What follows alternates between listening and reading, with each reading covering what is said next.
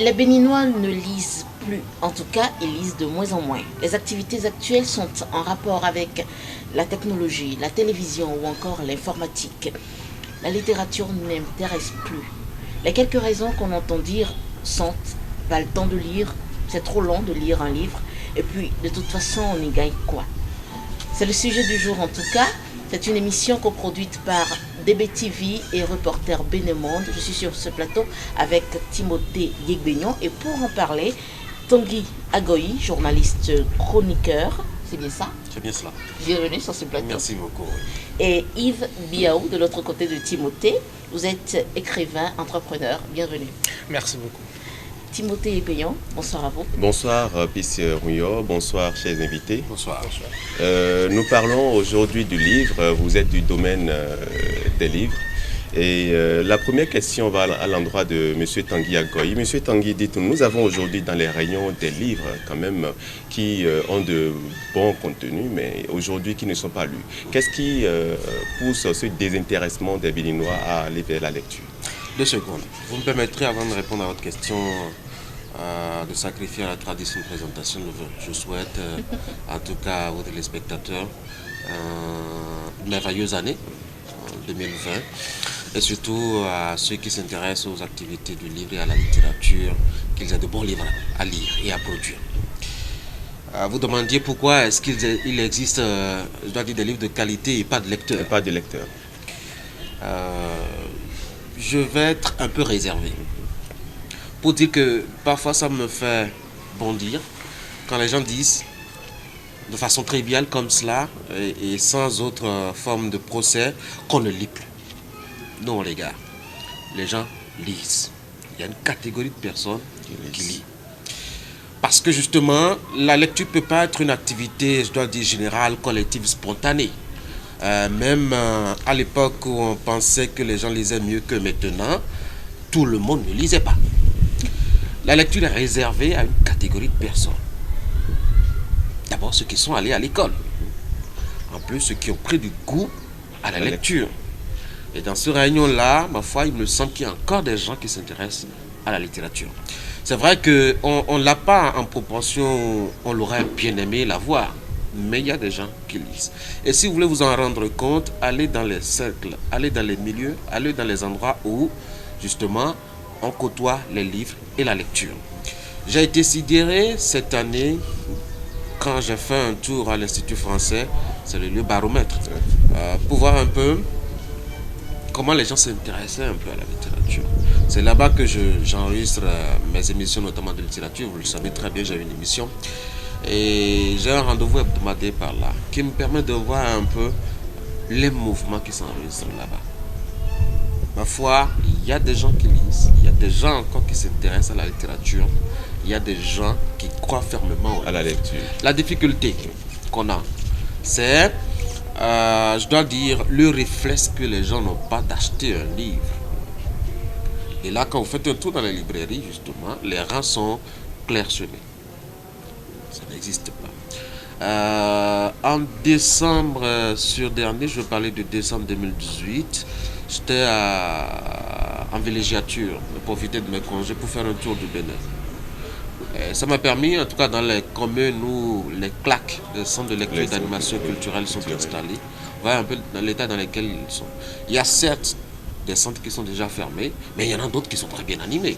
Et je vous rappelle que ce sont les claques qui, moi, m'ont formé à la lecture, au-delà de ce que mon père m'a appris. Voilà un peu ce que je peux dire par rapport à votre première question. Merci. Donc, est-ce que Yves Biaou a l'impression, un peu comme Biaou, mais M. Tanguy, que les Béninois lisent? Il y a une certaine catégorie de personnes qui lisent, mais pour vous, est-ce qu'il doit normalement avoir des catégories? Merci pour la question, c'est obligatoire. Il doit y avoir des catégories, comme Tanguy l'a rappelé tout à l'heure. La lecture est réservée déjà parce qu'on écrit en français. Et tout le monde ne lit pas le français. Et donc nous sommes dans un pays qui est en tout cas à moitié analphabète. Et donc la lecture est réservée déjà à ceux qui sont au moins allés à l'école et qui savent lire le français, puisque c'est la langue avec laquelle on écrit le plus, je dirais, au Bénin. Et ensuite, il a parlé d'une certaine catégorie de personnes qui sont, je dirais, qui ont la culture, qui ont le goût de la littérature. Mais il ne suffit pas d'avoir une culture. Parce que pour lire, il faut avoir du courage. Parce que la lecture, c'est un travail intellectuel. Moi, j'ai l'habitude de dire que lire, c'est écrit. Parce que pour lire et comprendre celui qui écrit et comprendre l'œuvre que tu es en train de lire, il faut un effort intellectuel pour comprendre déjà.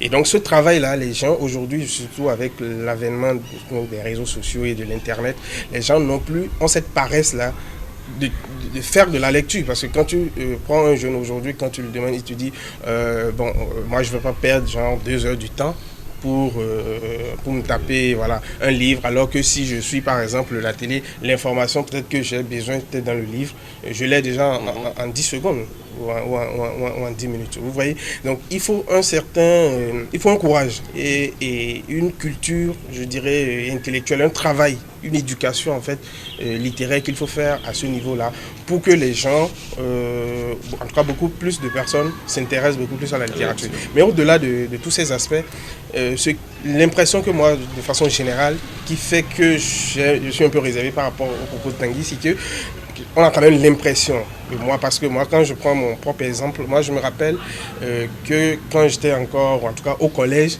il n'y avait pas encore, je n'utilisais pas, j'avais pas de téléphone déjà. J'ai eu mon premier téléphone, je vais dire en première, en terminale. Aujourd'hui, ce n'est pas le cas. Et je n'ai des téléphones déjà en 6e, en 5e, etc. Donc, il y avait que des livres. Pour se distraire, il n'y avait que des livres. En fait, tu es obligé, si tu ne lis pas, tu restes peut-être, on t'envoie, on te fait passer des commandes, etc. Tu es obligé de lire, en fait, si tu veux rester tranquille, en un seul mot. Mais aujourd'hui, ce n'est plus le cas. Il suffit de se balader sur Internet et on peut se distraire. Donc, il y a cet aspect-là qui fait aujourd'hui que les gens se tournent vers ces sujets-là beaucoup plus que la littérature. Un troisième aspect, c'est que moi, j'ai l'impression, et de façon personnelle, c'est mon avis, je pense que les jeunes, pour ce que j'ai remarqué ces dernières années, s'intéressent beaucoup plus à la littérature qu'on appelle la littérature à l'eau de rose, les harlequins, etc.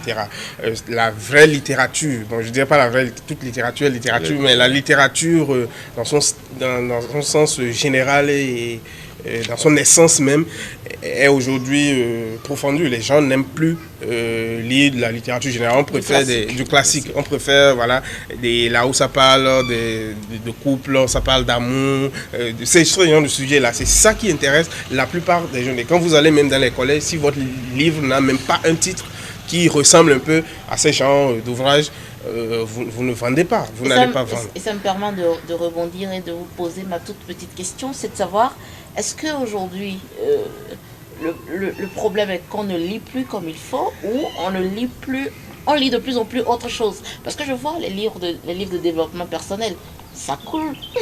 Les livres de feel good book, enfin les feel good book, ça coule. Les livres à l'eau de rose, ça coule. Donc est-ce que ce n'est pas, avant bien sûr de parler de l'avènement du numérique et tout, est-ce que ce n'est pas ce qu'on lit qui a quand même changé? Le sujet de la littérature, je suis d'accord avec vous sur ce plan-là, mais j'ai un tout petit peu de réserve. Je suis d'accord parce que on remarque, comme je l'ai dit, dans les collèges aujourd'hui, les gens lisent des romans à l'eau de rose. Et de façon générale dans la société, on se rend compte que, comme vous l'avez dit, les livres de développement personnel sont beaucoup plus vendus aujourd'hui parce qu'on cherche une prospérité, on cherche à se développer personnellement. Et donc, cette course effrénée, je vais dire, au succès personnel, c'est l'objet, je dirais, c'est la conséquence du capitalisme.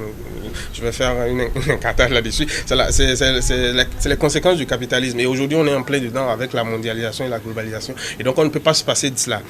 Mais ça ne veut pas, c'est pas parce que c'est cette course, je dirais, en tout cas effrénée, hein, au succès personnel, c'est pas à cause de, c'est pas parce que ça coule les rues que c'est forcément bien. Je ne dis pas que c'est mauvais, mais je veux dire, c'est pas parce que tout le monde est en train de se ruer là-dessus que c'est forcément là-bas. Parce que si la littérature veut se bonifier et on veut vraiment être un pays qui, en tout cas, est mieux placé comme jadis, littéralement parlant, ce n'est pas, moi je pense que ce n'est pas les livres de développement personnel à l'eau de rose, parce que ces livres-là, c'est vrai, sont d'un accès facile à la lecture, etc. Mais ça encourage la paresse, comme je le disais, parce que on n'a pas les références. Quand vous lisez les livres de développement personnel, généralement, je n'ai rien contre, mais quand vous lisez, en 30 minutes, je peux lire 200 pages. On lit, on ne relit même plus. Enfin, ça passe, c'est de la littérature béaba, je dirais. J'ai pas envie de... Attention, parce que oui, j'ai pas envie de... Mais je suis bien obligé parce que ça ne forge pas. Parce que, en tout cas, c'est pas avec ça qu'on s'est forgé. Et quand on voit le niveau scolaire aujourd'hui des apprenants qui sont justement adeptes à ce genre de littérature, on se dit quand même que demain, il n'y aura plus que de la tutérature, comme les gens le disent aujourd'hui, la littérature sur tuteur. Dites-moi, vous êtes d'accord avec ce qu'il dit? On va revenir sur le premier aspect de son intervention. Quand je dis les gens lisent, il faut bien suivre mon regard. D'abord, lui-même l'a reconnu. Voyez-vous, aujourd'hui, on est pratiquement moitié analphabète maintenant. Ça veut dire qu'il y a une grosse partie qui ne peut pas accéder au livre tout de suite. Alors, vous n'allez pas mesurer la quantité de personnes qui lisent à partir de gens qui ne peuvent pas lire. D'accord, première chose. Deuxième chose, quand on prend la deuxième moitié de gens qui sont allés à l'école et qui ont donc la capacité au moins de lire, tous n'ont pas la formation pour la lecture. Est-ce qu'il faut une formation? Si, il faut une formation. On ne lit pas, je dois dire, la lecture n'est pas quelque chose qu'on peut faire comme ça parce que justement, on n'a plus rien à faire. Est-ce qu'il ne s'agit pas de la passion ou de l'amour à la lecture plutôt? Et c'est à ce niveau maintenant que je vais relever cet autre aspect. Quand il dit à une autre époque, on avait d'autres choix de distraction que la lecture. La lecture ne peut pas être une imposition. Dès lors que ça devient une imposition, ce n'est pas une lecture, elle doit être volontaire et spontanée. Et je pense qu'aujourd'hui, les gens lisent beaucoup plus volontairement que de façon imposée comme hier. Alors, si aujourd'hui on a toute cette invasion, je dois dire, de plaisir distractif, et qu'on a quand même une catégorie de gens qui choisissent d'aller vers la lecture, il faut, ma foi, s'en réjouir quand on a dépassé un contexte où les gens n'ont d'autre choix que de lire. Voyez-vous. Alors, si on a 20 personnes qui n'ont d'autre choix que de lire, et qui lisent, alors qu'il y a 20 autres, parmi lesquels 10 ont choisi volontairement d'aller lire, je pense que les 10 sont 2-3 fois meilleurs que ceux qui ont 20 obligations d'aller vers la lecture. C'est pourquoi je dis, aujourd'hui, nous lisons. Et je vais répondre à votre question que vous lui aviez faite tout à l'heure. C'est-à-dire, est-ce qu'on n'a pas changé de centre de lecture? Oui, il y a une multiplicité de livres aujourd'hui qui fait que il y a une sorte de brouillage dans, je dois dire, les choix de lecture. Mais il ne faut pas en vouloir aux gens. Des goûts et des couleurs, on n'en discute pas. Mais est-ce que ces types de livres sont partie intégrante de ce qu'on appelle littérature? Oui, c'est de la littérature. Tout ce qui est produit à partir de livres, c'est de la littérature. Et chacun va vers ces choses en fonction de ses choix et de ses goûts, de ses préférences. On ne va pas en vouloir à quelqu'un qui accumule chez lui, 10, 20, 30 ouvrages de développement personnel par an, ou de Harlequin. On ne va pas lui en vouloir. C'est ses goûts, c'est ses plaisirs. C'est pourquoi je dis la lecture ne doit pas être une imposition. Si la personne choisit de lire les Harlequins, ben c'est tant mieux pour le marché du Harlequin. C'est tant mieux pour l'auteur du Harlequin. C'est tant mieux pour le critique du Harlequin. Parce qu'au fond, tout cela participe d'une manière ou d'une autre à la construction non seulement de la littérature et de l'identité littéraire d'un pays, mais aussi de la construction intellectuelle de la personne qui lit. On ne va pas dire ou on ne va pas stigmatiser une catégorie de livres. Quand quelqu'un lit le Harlequin, c'est quoi? C'est comme on en veut aux femmes qui s'accrochent au feuilleton. Ils y gagnent quelque chose forcément. Et ça entretient une industrie. C'est à nous de profiter justement de ce goût-là. Transformer ça en une industrie qui apporte quelque chose au développement. Le développement peut ne pas... Enfin, le développement, c'est pas peut ne pas être. Le développement n'est pas essentiellement économique. Il est d'abord humain. Il est d'abord intellectuel. Il est aussi formation, il est constructif. Donc, que ce soit Harlequin, ce soit un livre de développement personnel ou tout ce que vous voulez, tant qu'il y a de la consommation, moi je me réjouis. Tant qu'il y a de la lecture, moi je me réjouis. Tant Tant qu'il y a de la production, moi je me réjouis. Tant qu'il y a une chaîne qui s'impose, moi je me réjouis. D'accord. Alors merci. Il y a quand même dans notre pays des efforts qui se font. Pas plus tard, en décembre passé, il y a eu le Grand Prix littéraire, d'accord, qui a été décerné à certaines personnes du monde livresque au Bénin. Mais est-ce qu'il n'y a pas une loi qui régit, c'est-à-dire qui impose, mais qui pousse les gens, bien, la jeunesse à la lecture? Est-ce que vous ne pensez pas qu'on doit en arriver à ce niveau-là? Donc vous ne m'avez pas suivi alors. Je pense que la lecture ne peut pas être imposée. On peut par contre créer l'environnement, créer le contexte, créer les conditions pour pousser les gens, indirectement ou non, à la lecture. Alors, les conditions, c'est quoi? Vous voyez l'initiative dont vous aviez parlé. Vous voyez tous les atermoiements que ça connaît, tous les flottements que ça connaît. Depuis une décennie, on a organisé à peine 3 éditions ou 4, maxi, je crois, sur 10 ans. Vous voulez que quelqu'un ou une industrie s'installe comme ça dans un contexte où on organise les rendez-vous annuels que 3 fois sur 10 ans? C'est pas possible. C'est comme si, je ne sais pas moi, quel exemple je pourrais donner qui soit plus illustratif. Un rendez-vous annuel. Vous voyez, vous organisez la Miss, je ne sais pas trop quoi, tout ce que vous voulez, chaque année. Oui. Et quand on demande des sponsors, vous voyez tout l'argent qui coule sur ça, justement. Et vous verrez que ce sera un marché qui fluctue et qui s'anime correctement. Alors, dans ce contexte-là, le livre ne peut pas prospérer si les rendez-vous ne sont pas honorés. Au-delà de ces rendez-vous qui doivent primer l'excellence dans le monde de la littérature, je pense qu'on a besoin aussi d'instaurer quelque chose à la base, dans les écoles, dans les universités, pour permettre aux gens d'aller vers la lecture.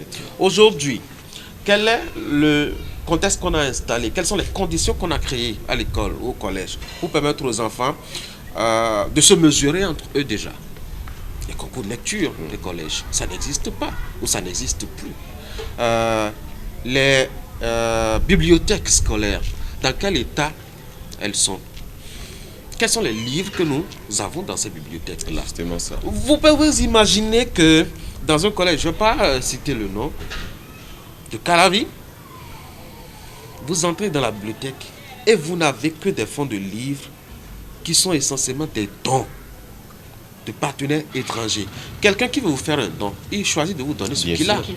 Aucun effort de l'établissement pour... Aucun effort d'acquisition mensuelle ou annuelle de livres au niveau des établissements. On dit, c'est pas moi, appui aux établissements, etc. On veut les accompagner en matière donc de finances. Vous ne verrez pas, à aucun moment, le gouvernement va dire, je donne un stock de livres à tous les établissements qui existent et qui sont de mon patrimoine. Mais puisque lire participe de l'instruction, de l'éducation, est-ce que, en termes de politique, l'État ne peut pas instaurer ce cadre-là à chaque niveau, à chaque bas niveau en fait, donc dans chaque école, dans chaque collège, pour que, d'une manière ou d'une autre, que ça soit imposé. Parce qu'on connaît le niveau de ceux d'avant et on connaît aujourd'hui le niveau de l'actuelle génération. Qui a complètement chuté. Voilà, donc d'une manière ou d'une autre, ce ne sera pas de l'imposition rigoureuse, mais de la douce imposition pour leur bien. Je suis d'accord. Mais si nous avons à la tête de nos États, de nos structures, des gens qui ne savent pas à quoi sert un livre, vous voulez qu'ils fassent comment? On a fait la discussion tout récemment, je crois, avec quelques intellectuels, au sujet de la culture au Bénin. Tant qu'on aura des cultivateurs, ce n'est pas pour les injurier, qui ne savent pas quelle est la valeur de la culture ou la valeur de la littérature, à la tête de nos États, on n'aura jamais quelque chose qui prospère en matière de littérature. Le 10 janvier est parti comment? Le 10 janvier est parti de l'idée, Nicéphore Soglo, d'imposer WIDA 92 ou d'organiser WIDA 92, même si ce n'est pas en 92 que ça a pu. De l'ancien président du Bénin. Ça a donné après le 10 janvier qui est institutionnalisé, qui est décrété et qui est célébré chaque année. Donc il faut déjà un petit départ de conviction, d'engagement politique personnel. Sinon, ça ne donnera pas. Si le Sénégal est devant nous, c'est parce qu'ils ont connu quelqu'un qu'on a appelé Léopold Sédar Senghor en tant que président et qui a investi dans la culture.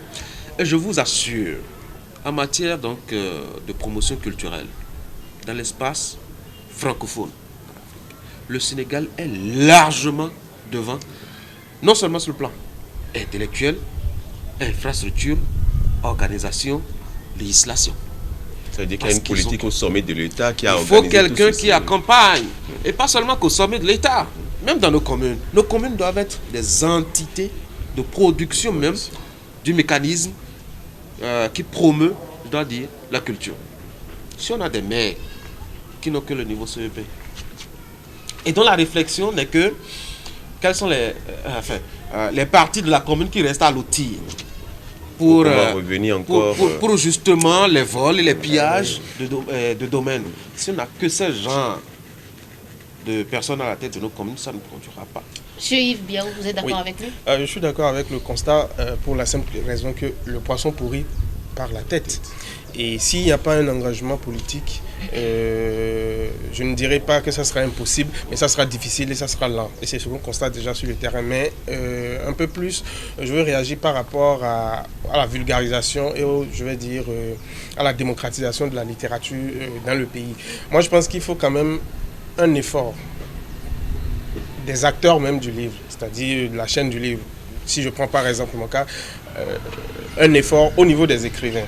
Parce qu'aujourd'hui, quand on dit par exemple qu'il y a un concert de Vano ou de Fanico ou un truc comme ça, on va voir que la salle sera pleine. Mais si on dit qu'il y a une conférence débat avec dédicace du livre d'un tel auteur, on sait combien de personnes il y aura. Mais justement, c'est un souci de communication. Non seulement de communication, pas forcément, mais aussi, même si vous communiquez, je sais pas, vous allez dans chaque porte pour déposer l'invitation, je vous assure que vous n'allez pas remplir la salle comme l'artiste l'aurait fait, même s'il ne communiquait pas. Donc ce n'est pas forcément la communication, parce que la littérature la littérature, ce n'est pas, enfin, certes c'est un art majeur, mais ce n'est pas quelque chose qui, comme je le disais tout à l'heure, il faut un effort personnel pour, comment je vais dire ça, pour lire. Et on a souvent considéré les écrivains ou les auteurs comme beaucoup plus des philosophes, des gens qui n'ont pas un rapport, voilà, ils n'ont pas un rapport très intéressant avec l'argent, voilà, qui sont un peu des brouillons, c'est des gens qui ne font que réfléchir. En fait, on ne les considère pas suffisamment comme des acteurs du show business, c'est-à-dire des gens qui ont besoin justement d'avoir une équipe. Doit être une raison. Oui, c'est ce que je dis. Je parle des auteurs eux-mêmes. Les auteurs eux-mêmes doivent se prendre, c'est-à-dire, comme vous parlez de communication tout à l'heure, est-ce que vous avez déjà vu, on voulait lancer un livre et on a fait de spots radio, de spots télé, des affiches un peu partout dans la ville? C'est très rare. Et ceux qui le font même, ce sont des gens qui ne sont pas forcément du domaine de la littérature et qui ont peut-être trouvé, qui ont fait fortune ailleurs et qui sont venus investir, qui sont venus investir dans la littérature. Et quand vous voyez un retour, oui, il faut une industrie. C'est là que j'allais en venir. Il faut que les auteurs même, je dirais, se mettent en condition, comprennent en fait que le livre aussi c'est quelque chose qui est comme la musique, qui est comme le cinéma et qu'on doit industrialiser. Est-ce que vous ne pensez pas qu'avec l'avènement l'expansion du numérique et tout, c'est beaucoup plus facile aujourd'hui? Et que ce n'est juste qu'une excuse pour vous, les écrivains? C'est beaucoup plus facile, mais c'est un couteau à double tranchant, puisqu'on a parlé tout à l'heure du numérique et de ses corollaires. Mais je pense qu'effectivement, on peut utiliser le numérique pour créer une industrie ou pour vulgariser beaucoup plus le livre au Bénin. Mais le numérique dont on parle aussi, les gens la connectent, puisqu'il faut une connexion Internet digne du nom pour, comment je vais dire ça, pour être connecté. Et si on veut acheter un livre sur Internet, il faut aussi avoir un moyen de paiement. Et donc ça implique beaucoup d'autres choses qui ne sont pas forcément de la relève, enfin, qui ne relèvent pas forcément des acteurs même du livre. Donc c'est des autres, ça c'est le développement de façon générale.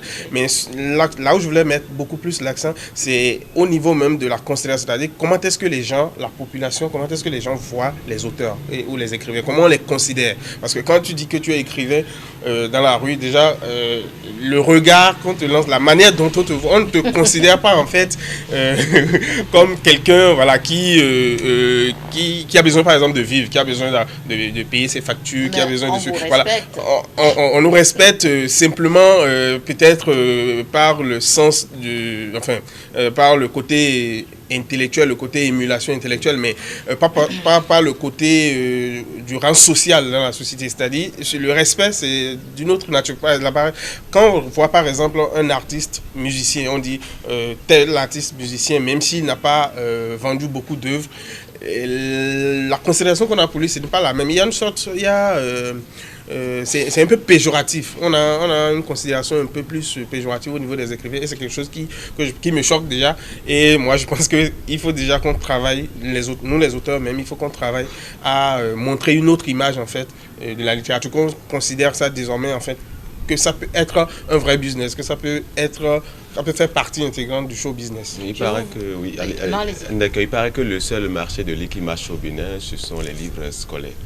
Est-ce que, puisque si vous êtes écrivain et que, bon, vous laissez les romans et tout pour mieux vivre et payer ses factures, comme vous l'avez dit tout à l'heure, il faut s'investir dans les livres scolaires.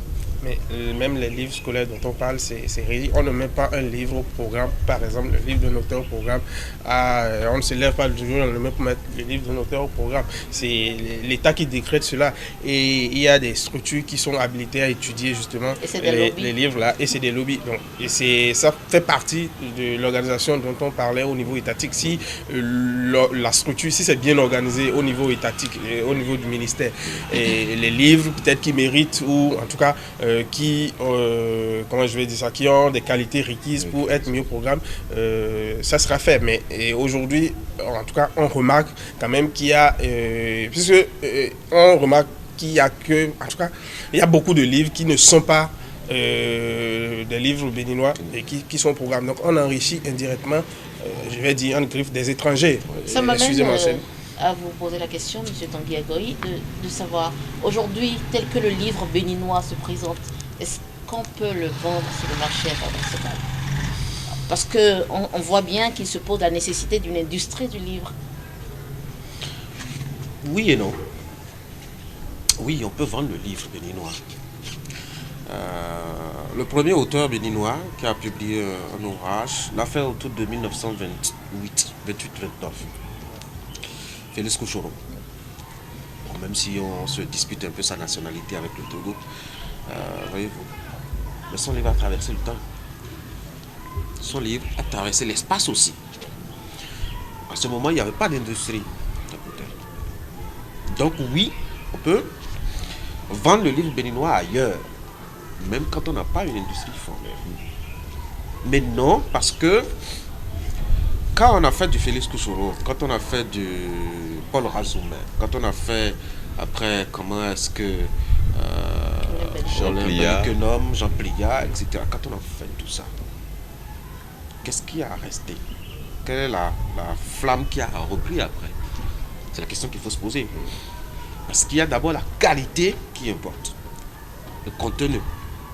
Au-delà du contenu, il y a la fabrication même, le travail de fabrication même du livre, qui est un travail essentiel pour la promotion du livre béninois. Quand je vois un peu ce qu'on faisait entre 45, 60, jusqu'à hauteur de 75 même, si on veut, par rapport à ce qui se fait aujourd'hui, il y a une certaine amélioration, plus ou moins. Alors, les maisons d'édition n'ont pas le souffle qu'il faut, la couverture financière qu'il faut, pour pouvoir faire face justement à la demande qui se pose. Je crois qu'il faut travailler, permettez-moi cette parenthèse-là, lire, c'est une distraction, mais c'est une distraction d'élite. Tout le monde ne choisit pas la lecture comme distraction. C'est pourquoi, quand Yves fait la comparaison entre un écrivain et, c'est pas moi, chanteur, un artiste. Non, la chanson, c'est populaire, c'est pour tout le monde. Et on ne peut pas comparer un lecteur à quelqu'un qui suit la musique.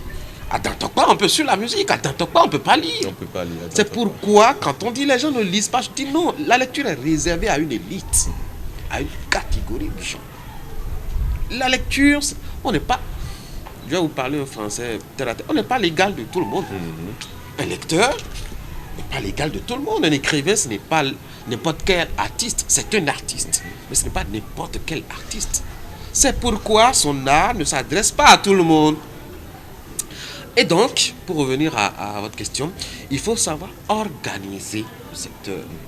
Il faut savoir injecter de l'argent dans le secteur. On ne peut pas traiter les maisons d'édition comme on traiterait la bonne dame qui a ouvert peut-être sa petite boutique pour faire des transferts de mobile money ou de tout ce que vous voulez. D'accord? L'industrie du livre doit être organisée en tenant compte justement de l'élément culture qu'on a à vendre.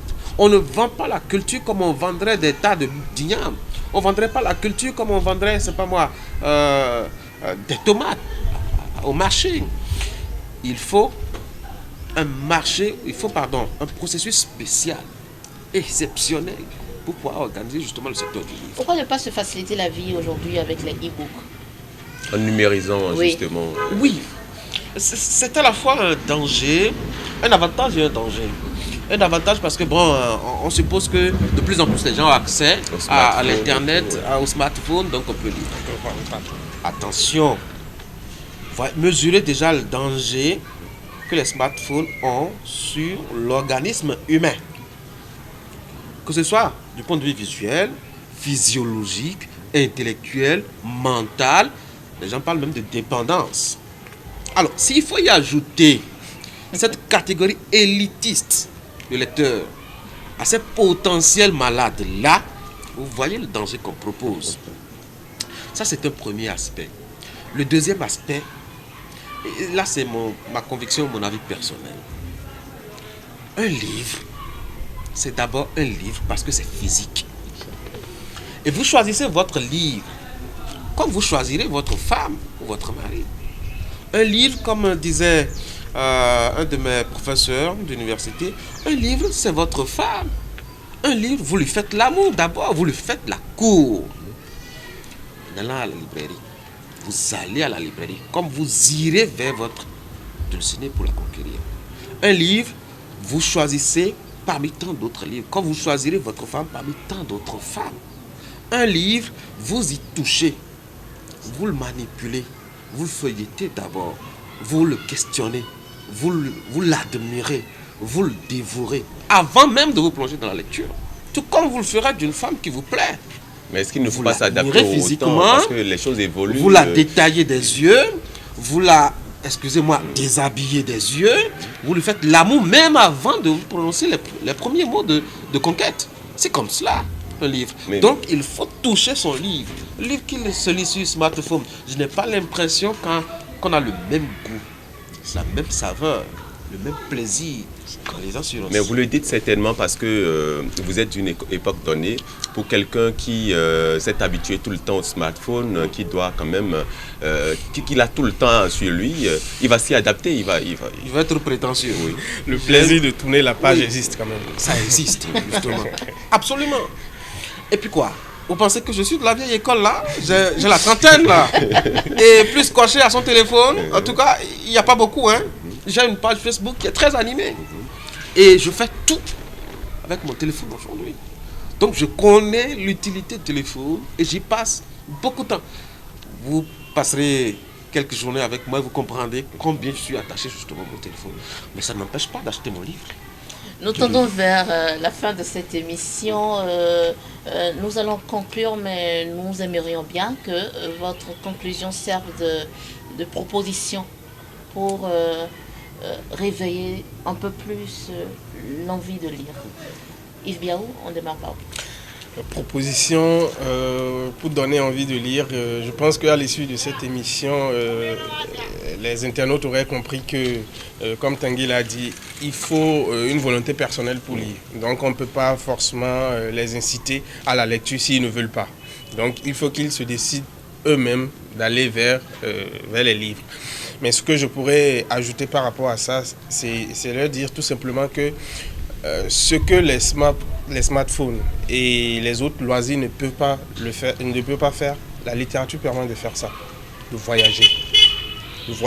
Et celui qui voyage, il a une expérience unique que tout un chacun. Est-ce que éditeurs et écrivains encore de l'avenir au Bénin, Non, mais, de notre univers. Oui, l'édition a de beaux jours devant elle. Et même le travail de l'écriture, être écrivain, c'est les métiers, moi je pense que les métiers d'avenir, parce que le secteur est encore plus ou moins vierge au Bénin.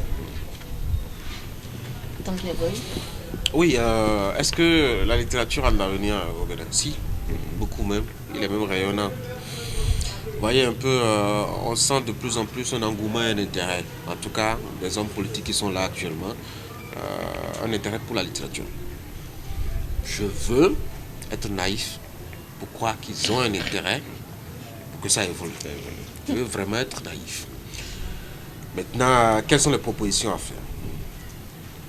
J'ai 3 propositions au fond. La première, elle est essentielle. Si nous voulons promouvoir la littérature même, il faut déjà que les collèges eux-mêmes se prennent en charge.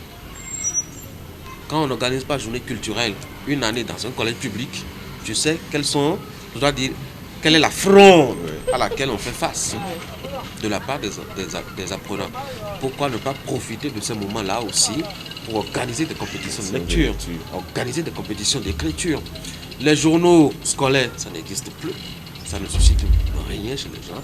Les professeurs de français qui organisent des troupes théâtrales, qui instruisent par ici, ça n'existe plus. Je veux penser à mon cher papa Apollinaire Agbazan, qui a été un formidable exemple en la matière.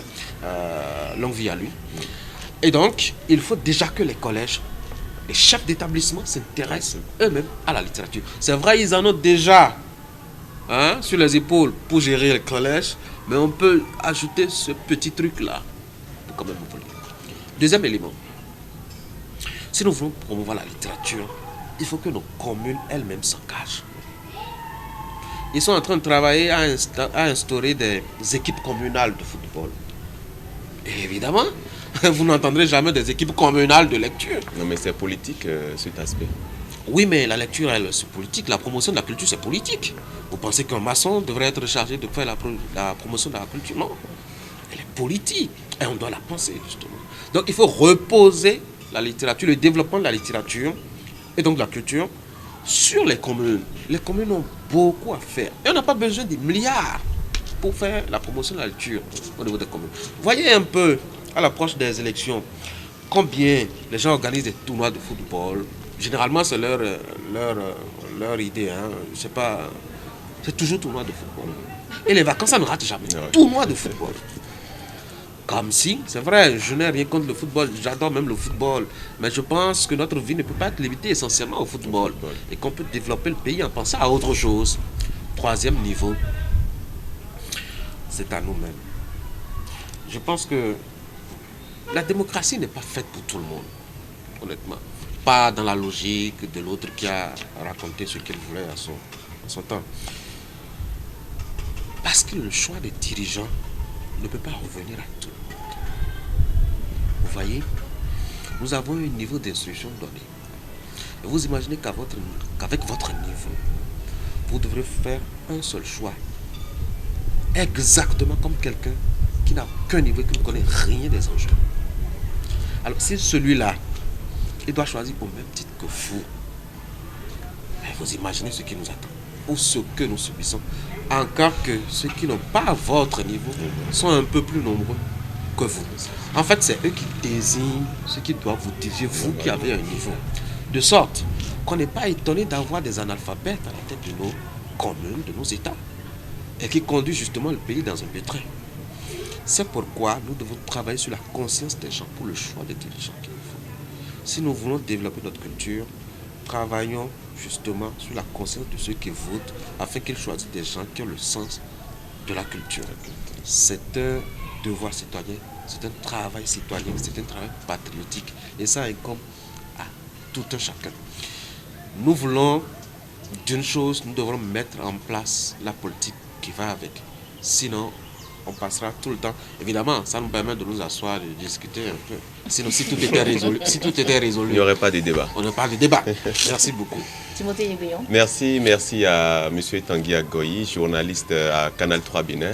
Merci également à Yves Biaou, journaliste écrivain également. Merci. On prend le rendez-vous pour la prochaine émission. Merci à toi également, Peace. Merci à tous de nous avoir suivis. On retient de cet entretien que l'art de l'écrivain n'est pas accessible à tous. Est-ce qu'on lit de moins en moins? En tout cas, pas vraiment. Pas vraiment. Mais il se fait ressentir le besoin d'une industrie pour réveiller un peu plus le goût de la lecture. Merci de nous avoir suivis. Cette émission a été produite par DBTV et Reporter Bénémonde.